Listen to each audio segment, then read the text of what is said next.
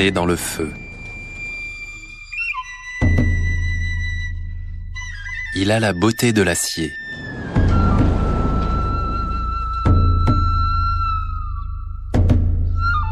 C'est une arme autant qu'une œuvre d'art. Produit d'une tradition bien vivante, d'un art de la forge inégalé et de la ferveur religieuse, le katana est l'arme la plus tranchante qui existe. Symbole de pouvoir, d'esprit martial et d'honneur, il représente l'âme du samouraï japonais.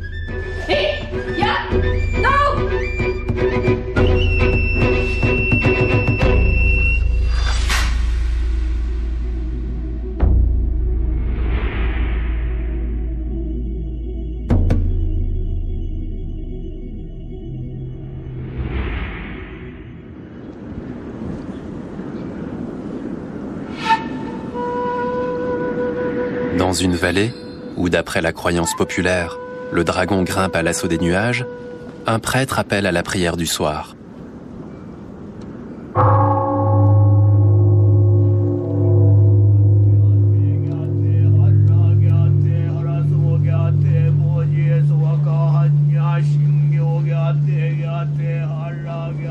Au Japon, la nature est peuplée d'innombrables esprits et divinités. Nulle part ailleurs, on ne ressent autant leur présence que dans les montagnes de Shimane, berceau de la fabrication du sabre japonais.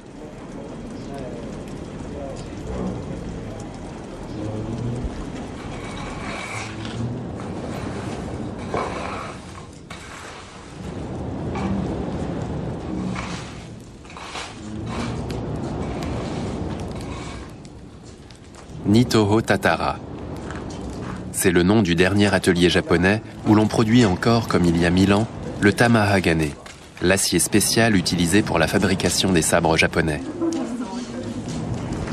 À 69 ans, Akira Kihara est l'un des derniers Murage, ces maîtres fondeurs capables de produire le précieux métal. Chaque hiver, il convoque ici une équipe qui rassemble tous les éléments indispensables pour fondre l'acier japonais. Dans les anciens mythes, le four était symbolisé par un dragon qui crachait le feu, souillait les cours d'eau et détruisait les forêts. Il est vrai que le feu engloutit une quantité incroyable de charbon de bois. En 3 jours, ces fourneaux en absorberont pas moins de 13 tonnes. À cela s'ajoutent les 8 tonnes de sable ferrugineux extraits des montagnes japonaises. À la différence du minerai de fer, ce sable contient moins de phosphore et de soufre, ce qui en fait une matière première idéale pour réaliser un acier qui ne doit ni rouiller ni se briser.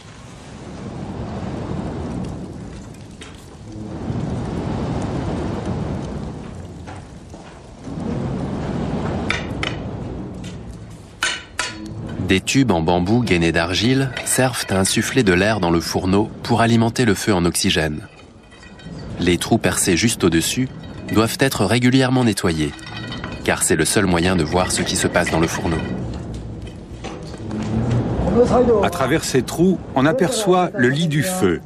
Le sable ferrugineux que j'ai versé en haut met environ 1 heure pour s'écouler jusqu'au fourneau et se mêler au charbon de bois. En regardant à travers les interstices du fourneau, on peut voir si le sable se transforme bien en acier tamahagane.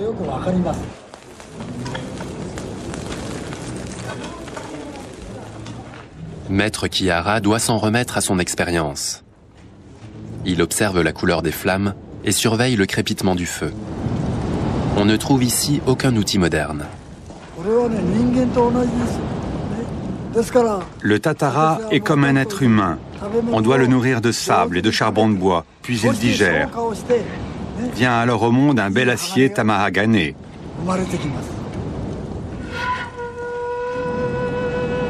À l'époque médiévale, fondre l'acier était un acte sacré qui ne s'accomplissait qu'après avoir revêtu l'habit blanc des prêtres afin de se concilier la capricieuse déesse du métal, Kanaya-no-shin.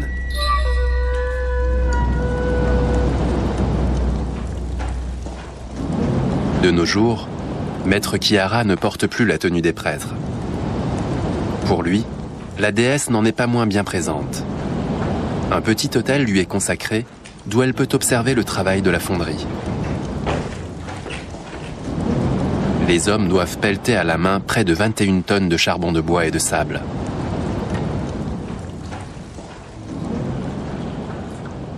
Au bout de 3 jours et 3 nuits, les pieds sont endoloris. La poussière de charbon brûle les yeux. Ceux qui ont besoin de faire une pause peuvent aller boire une tasse de thé vert dans la pièce attenante.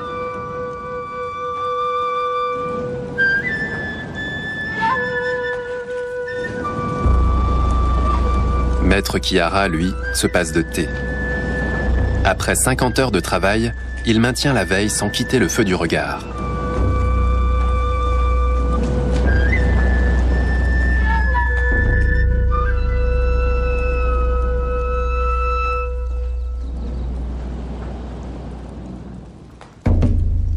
Il est 5 heures, au matin du 3e jour, lorsque Maître Kihara décide que le moment est venu de vider le creuset.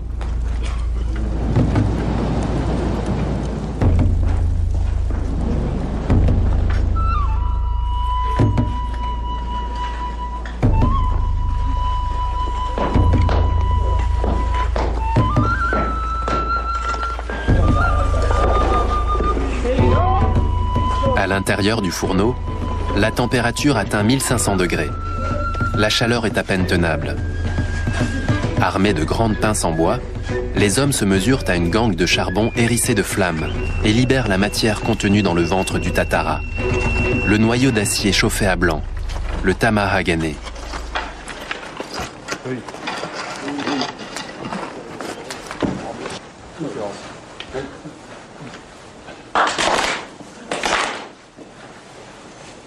Louée soit la déesse, tout s'est bien passé.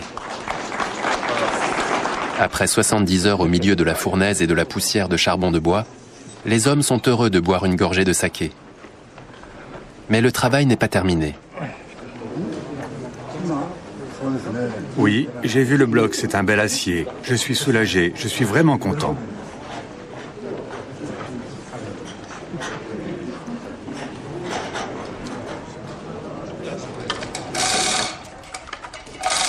Au lever du jour, les hommes découvrent ce que la déesse leur a accordé. Un noyau d'acier de 3 mètres de long sur 2 mètres de large. Il aura fallu près de 23 tonnes de sable et de charbon de bois pour fondre ce bloc de 3 tonnes. C'est parce que la fabrication du tamahagane requiert autant de temps et de matériaux qu'il est pratiquement 200 fois plus cher que l'acier courant. Les spécialistes reconnaissent sa qualité à sa couleur.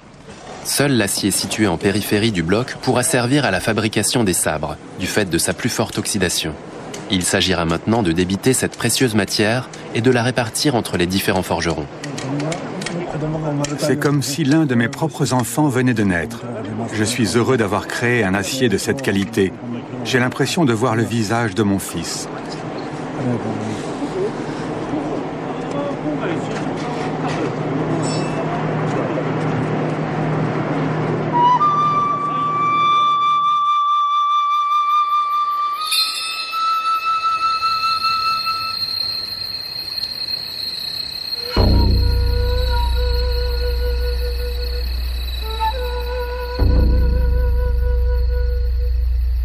Dans le Japon ancien, le katana, sabre des samouraïs, n'était pas simplement une arme. C'était également un symbole de statut social. Un seigneur pouvait intégrer à la puissante caste des guerriers un soldat qui l'avait bien servi. C'est à cette occasion qu'il lui remettait le katana. En tant que samouraï, il se devait alors de défendre en toute heure et contre tous les ennemis l'honneur et la quiétude de son maître, au risque d'y perdre la vie.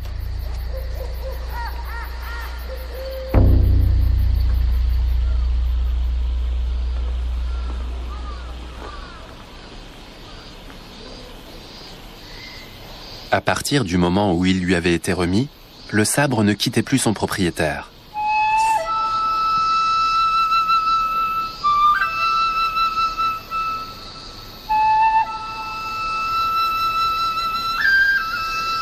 Il incarnait aux yeux du samouraï un pouvoir presque spirituel, qui était censé le protéger des attaques et des épreuves jusqu'à la fin de ses jours.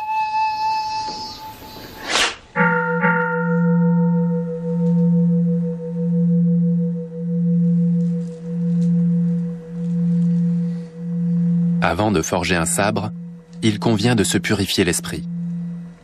C'est pourquoi Sada Toshiga-san commence sa journée en faisant une prière.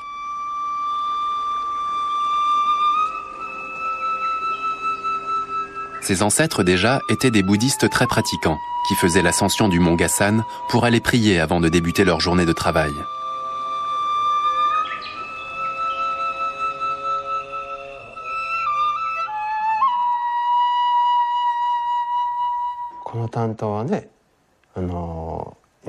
Ce sabre court a été forgé par mes ancêtres il y a 500 ans. On reconnaît sur la lame un motif qui est la marque de fabrique de notre famille. Cette technique est parvenue jusqu'à moi et j'estime que c'est mon devoir de la transmettre à mon fils afin qu'elle ne disparaisse pas.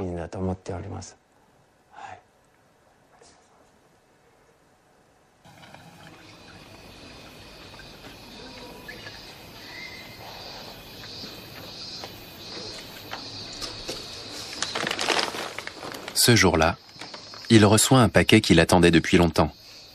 Il contient le tamahagane de Maître Kihara.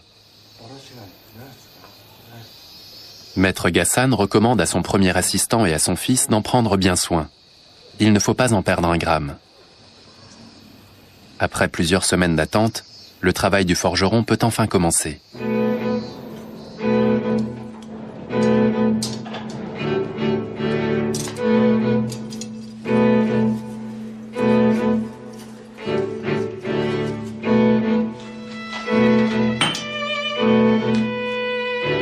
Il s'agit tout d'abord de chauffer le tamahagane, puis de le marteler pour le débiter en petits morceaux.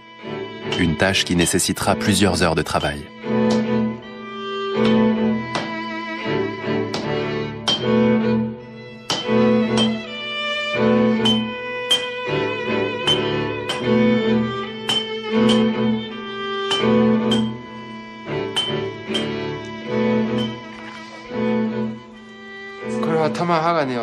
On brise ces morceaux d'acier tamahagane en petits morceaux. On les regarde sur la tranche et on les trie en fonction de leur teneur en carbone. On réunit alors le tout en un bloc qu'on chauffe sur un feu de charbon de bois.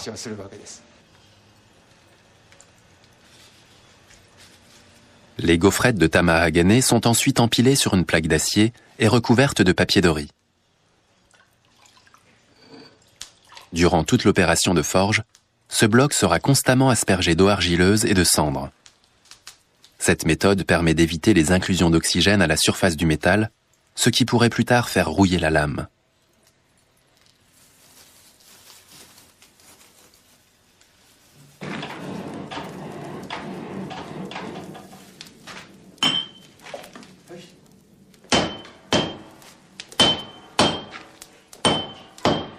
Le martelage régulier a pour effet de répartir de façon homogène le carbone dans l'acier, tout en chassant les bulles d'air et les impuretés. Une importante quantité de matière est ainsi perdue. La lame terminée peut peser jusqu'à 700 grammes de moins que le poids initial d'acier brut. Ils ont été éliminés à coups de marteau.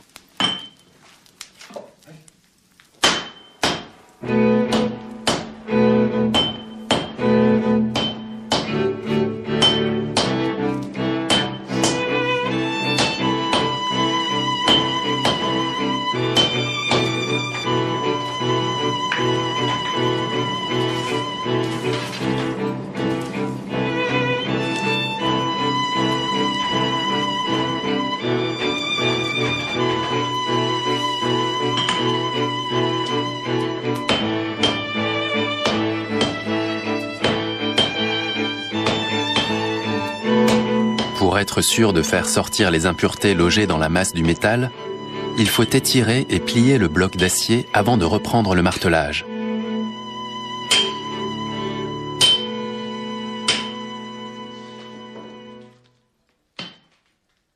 Cette opération longue mais indispensable doit être reproduite une bonne quinzaine de fois et peut durer une bonne semaine. Chaque pliage multiplie le nombre des couches de métal et le bloc atteint au final entre 1000 et 33 000 couches, chacune ne dépassant pas 1 millième de millimètre d'épaisseur. Ce feuilletage sera visible dans les dessins qui apparaîtront à la surface de la lame après polissage, formant en quelque sorte la signature du forgeron. Mais le sabre des samouraïs n'est pas seulement réputé pour être un bel objet. Son tranchant en fait une arme redoutable. Dans les mains d'un maître de sabre, le katana peut trancher d'un coup les cibles les plus tendres, mais aussi les plus dures. Pour obtenir une lame tranchante, il faut un acier très dur. L'ennui, c'est que ce métal se brise facilement. Alors, les maîtres forgerons japonais ont mis au point une lame composite formée d'une enveloppe en acier très dur et d'un noyau central en acier plus souple.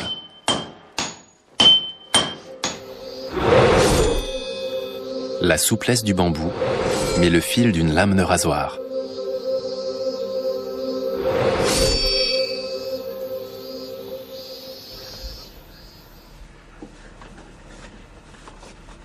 Il est 6 heures du matin. Takemi, l'assistant du maître forgeron, part travailler.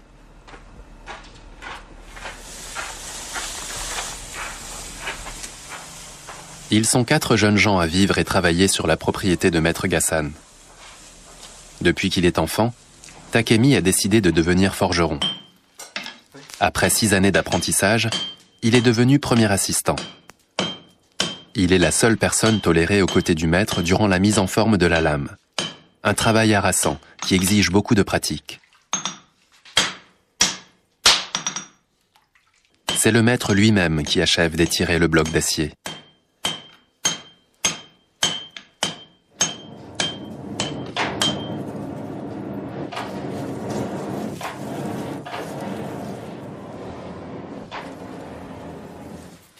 Jour après jour, Gassan martèle la barre d'acier. Lentement, la lame commence à prendre forme.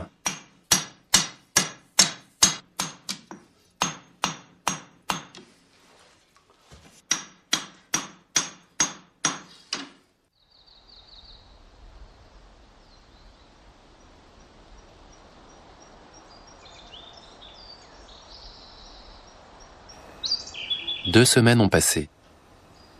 C'est le moment de l'opération suivante, la trempe, qui achèvera de durcir la lame.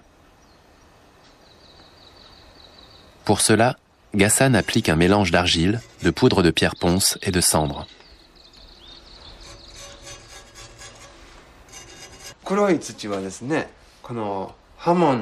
Je recouvre la lame avec de l'argile noire pour donner au tranchant de la lame une ligne de trempe qu'on appelle le hamon.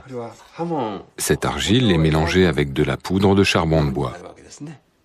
C'est une étape importante et chaque artisan a sa propre façon de procéder.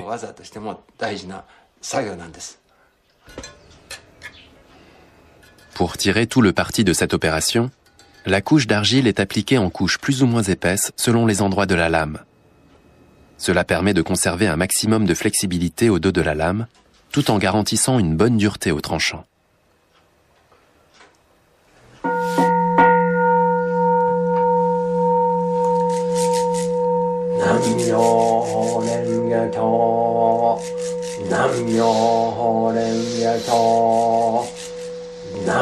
Après 3 semaines de travail de forge, le moment est enfin venu de conférer une âme à ce sabre.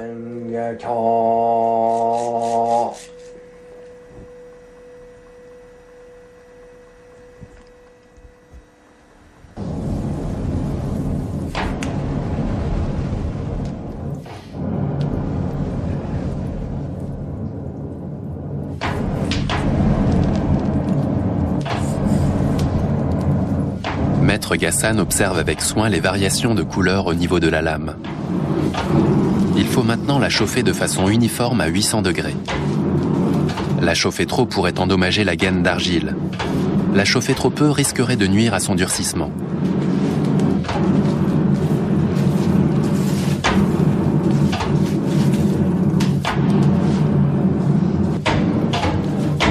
Quand la lame prend la couleur du soleil levant, c'est l'instant magique où Maître Gassan va doter le sabre d'une âme.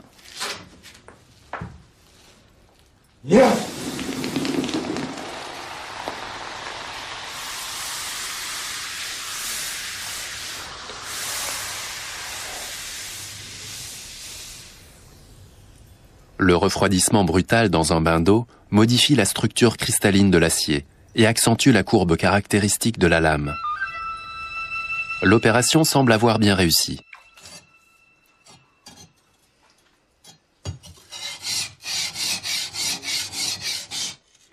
Un premier polissage permet de faire apparaître le hamon, la ligne de trempage de la lame.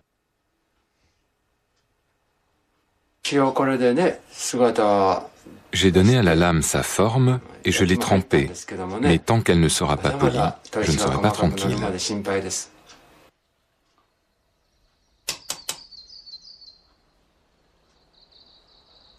Avant d'envoyer le katana à Tokyo chez le polisseur, Maître Gassan doit encore signer la lame. Chaque pièce porte le poinçon de son fabricant. Sur la lame, au niveau de la poignée, il grave l'inscription « Forgé à Na par Sadatoshi Gassan ».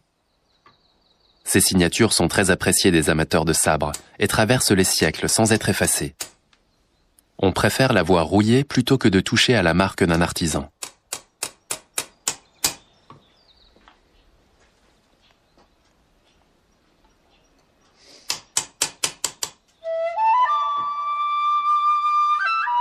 Gassan sculptera un dragon ondulant sur le dos de la lame.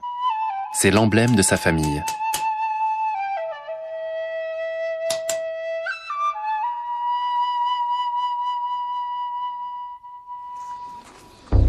Seuls les samouraïs étaient autorisés à porter 2 armes, signe tangible d'une autorité que personne ne songeait à contester.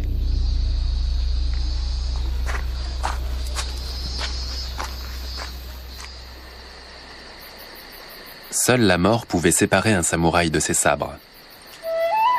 Outre le sabre long, katana, il portait également une arme plus courte, le wakizashi. Où qu'il aille, ces 2 armes l'accompagnaient. Même la nuit, dans sa maison, il les gardait à portée de main pour être toujours prêt à combattre.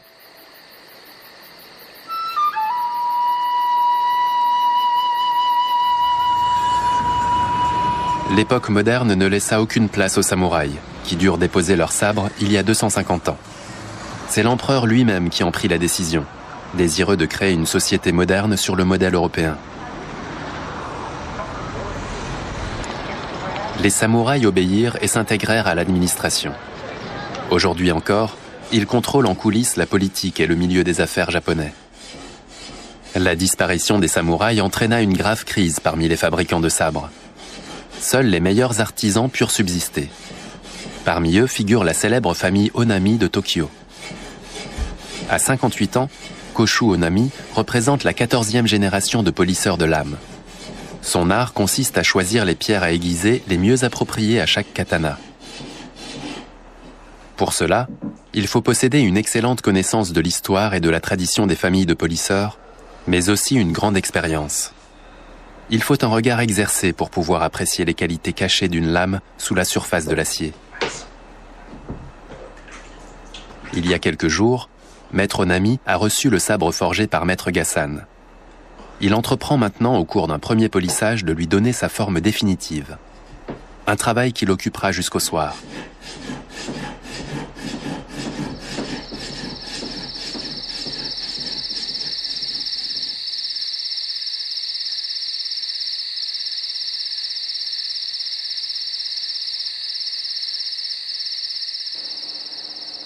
Pour quiconque souhaite s'initier à l'art du polissage, la première chose est d'apprendre à s'asseoir correctement.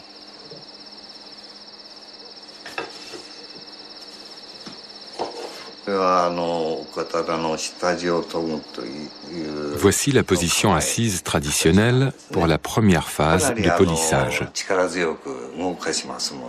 Quand on affûte une lame, on exerce une pression assez forte sur la pierre et il ne faut pas qu'elle bouge. Dans cette position, on peut immobiliser la pierre avec tout le poids de son corps. Il faut bien une année avant de s'y habituer.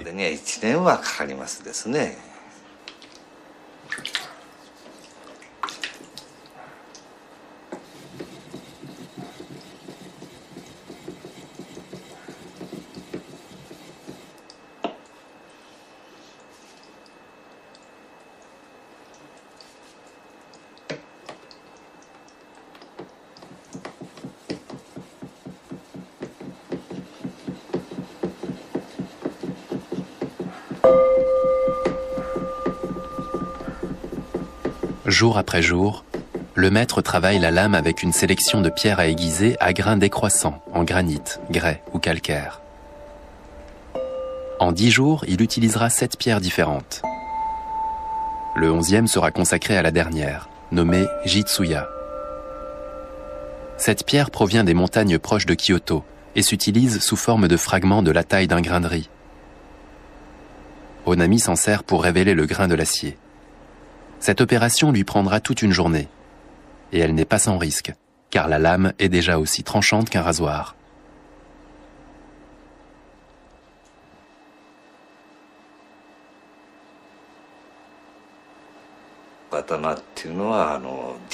La lame d'un sabre est vraiment tranchante. Dans ma jeunesse, je me suis souvent blessé. Alors quand nous travaillons, nous sommes toujours nerveux et nous devons faire preuve d'une grande concentration.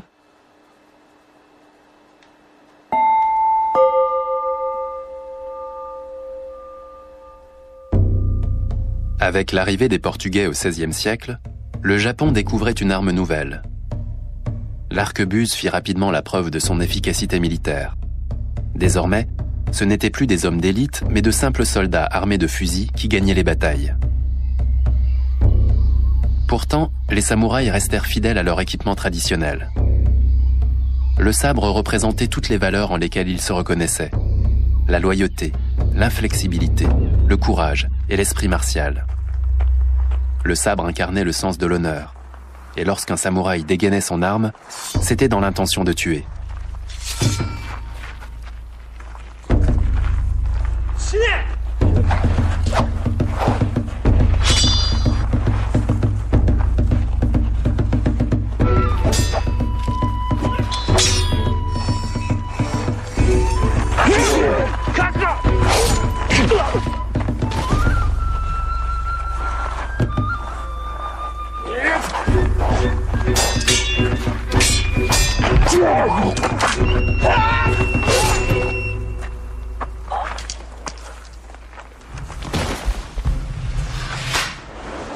La Katori Shinto Ryu est l'une des plus anciennes écoles d'arts martiaux japonaises.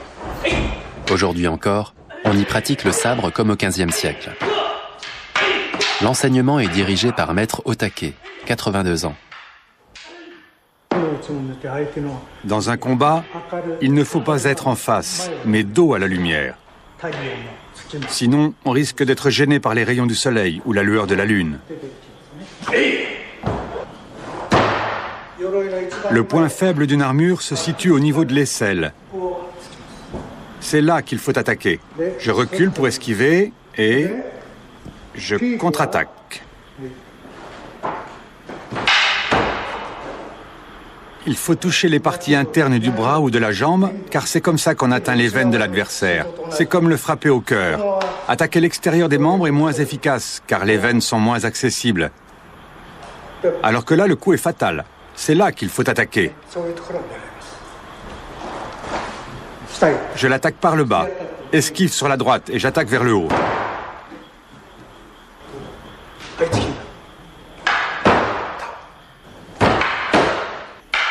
Beaucoup de katanas ont des entailles sur le dos de la lame à cause des coups qu'ils ont servi à parer. Quand on part comme ça ou comme ça, le dos de la lame reçoit des coups violents du tranchant de la lame adverse. En revanche, si j'esquive en me déplaçant sur la gauche, je peux parer le coup avec le revers de ma lame. Revers contre revers. Il faut toujours essayer de protéger sa lame du tranchant adverse. C'est à force de répéter inlassablement les mêmes exercices que le corps finit par s'en souvenir. Il faut arriver à faire ces mouvements automatiquement, en pensant à ce qu'on va faire le lendemain. Cela demande une pratique intensive, et pour y parvenir, cela prend de nombreuses années.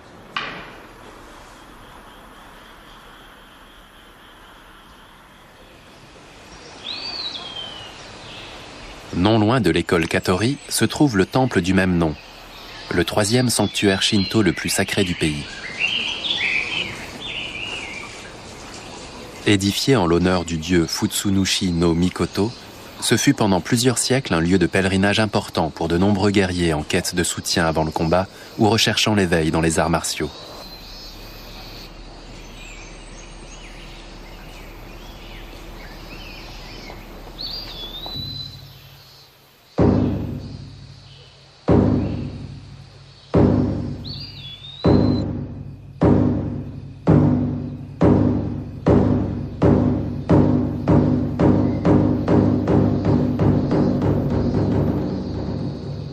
Maître Otake s'y rend lui aussi à l'occasion pour témoigner son respect à la divinité et demander la protection de ses élèves.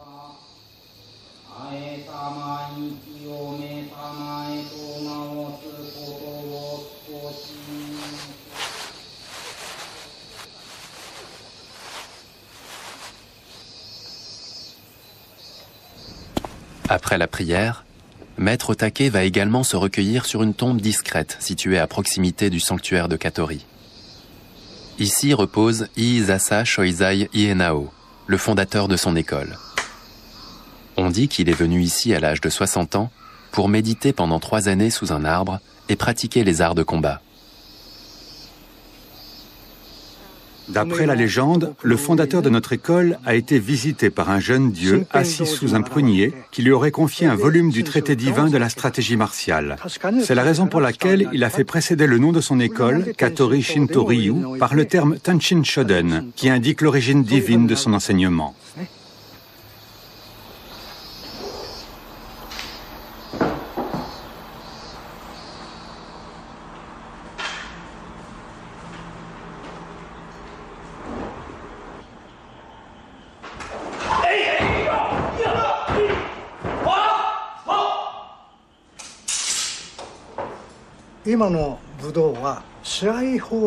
De nos jours, les arts martiaux sont basés sur la compétition.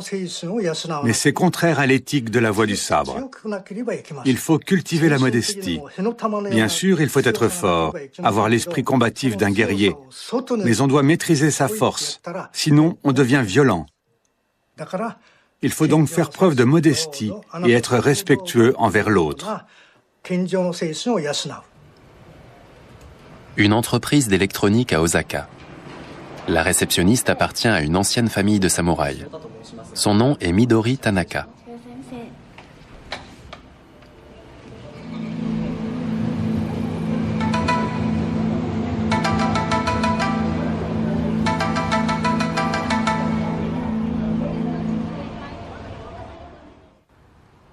Son père, Fumon Tanaka, est un maître de sabre renommé à Osaka. Maître Tanaka a consacré sa vie à l'étude des samouraïs et de leurs techniques de combat. Je pense que beaucoup de Japonais portent au fond d'eux-mêmes les valeurs du Bushido, l'éthique des samouraïs. Mais pour vivre dans la société moderne, ils se sont américanisés et ils sont devenus matérialistes. Ils ont une belle voiture, une belle maison. Mais au Japon, il reste encore quelque part les valeurs du Bushido, pour qui c'est l'honneur qui compte avant tout. On se donne corps et âme à chaque instant. C'est ça, l'éthique du samouraï.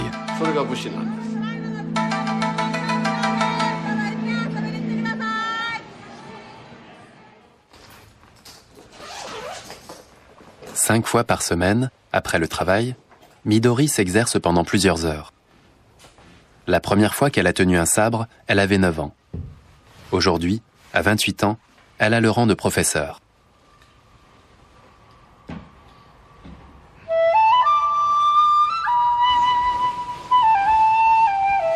Hommes, femmes et enfants, Maître Tanaka accueille tous ceux qui ont envie de découvrir l'esprit martial des samouraïs. Le fait que sa fille poursuive cette tradition le comble de fierté.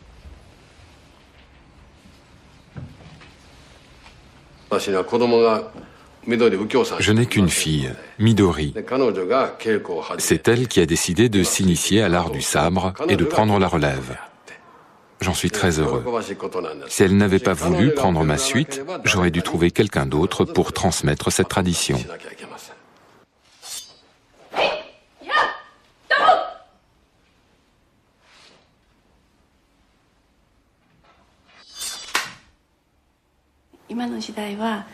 De nos jours, les femmes sont mieux considérées. Le fait que ce soit une femme qui assure la relève n'est donc pas un problème.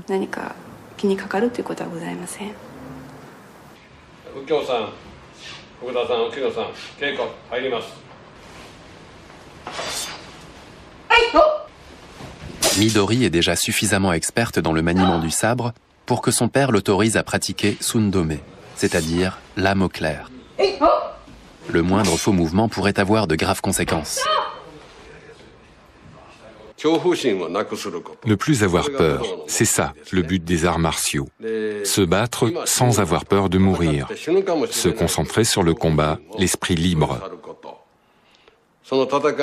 On atteint ainsi le stade Mushin, qui est l'un des objectifs des arts martiaux.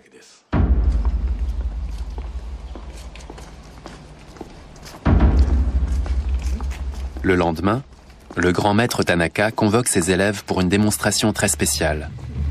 Il va arrêter une flèche au vol et la couper en deux.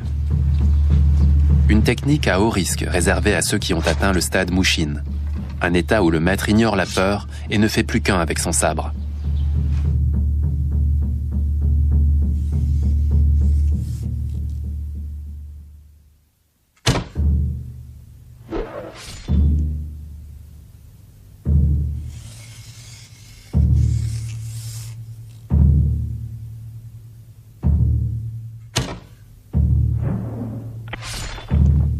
Il a brisé la flèche. Pourtant, Maître Tanaka n'est pas satisfait. Il veut tenter une nouvelle fois de frapper la flèche en plein centre.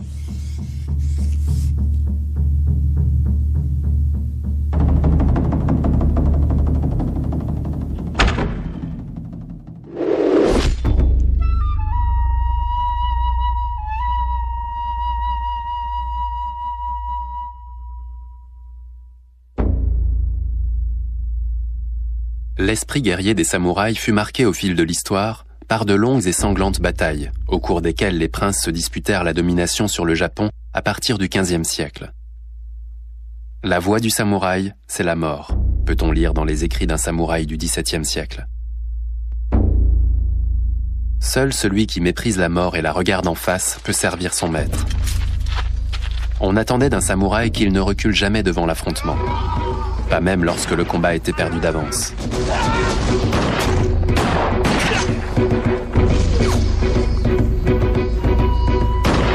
Combattre sans honneur était pire que la mort.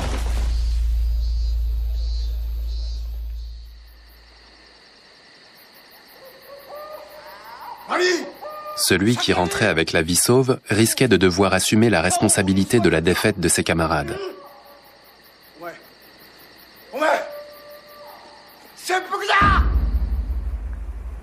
D'après la voix du sabre, il n'existait alors qu'une seule façon de racheter son honneur.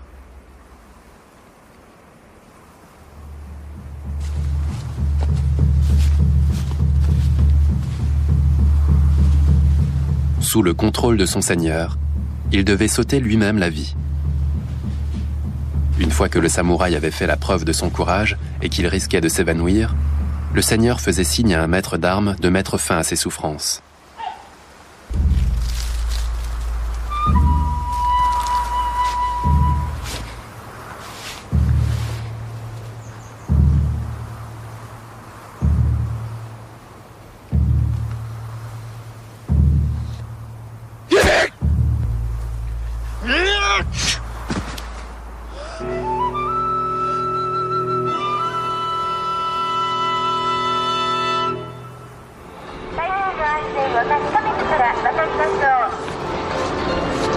Sept siècles de culture martiale dominée par les samouraïs ont laissé des traces dans le Japon moderne. Le principe de loyauté et le sens de l'honneur restent très présents dans la société d'aujourd'hui. Le suicide est encore accepté lorsqu'il s'agit d'effacer une faute personnelle ou de laver l'honneur de l'entreprise.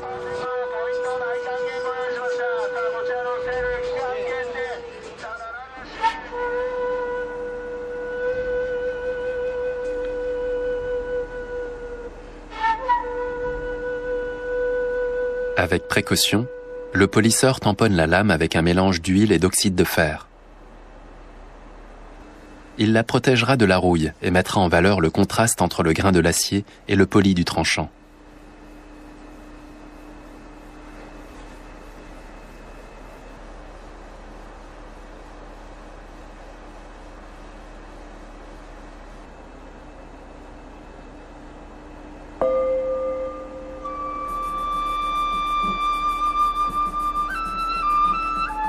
Enfin, le moment est venu de procéder au polissage du yokote, une arête qui sépare la pointe du reste de la lame.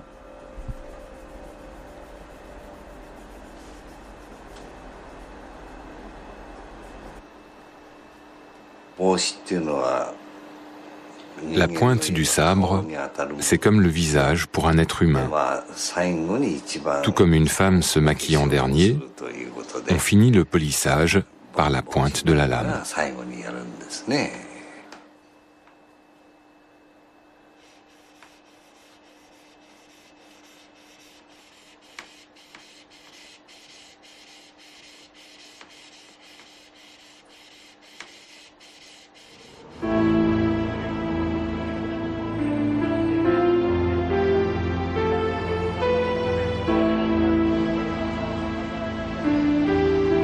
Il y a 3 mois, Maître Ghassan commençait à forger la lame.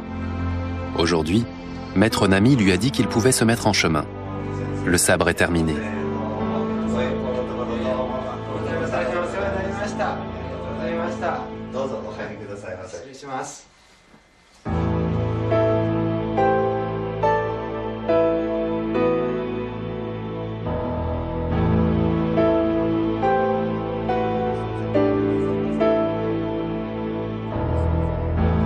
Maître Ghassan forge une dizaine de sabres par an. Et parfois, il lui arrive de réussir une lame qui éclipse toutes les autres.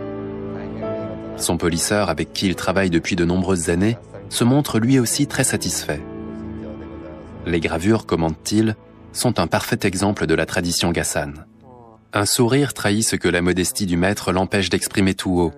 Sa fierté de contempler l'élégante ligne de trempe à l'acier laiteux et légèrement bombé, le dos de la lame finement sablée, et ce dragon bondissant, une véritable splendeur. Je me suis donné beaucoup de mal pour forger ce sabre, et je trouve son travail de finition formidable. Il met en valeur les spécificités de mon travail. Je suis très satisfait.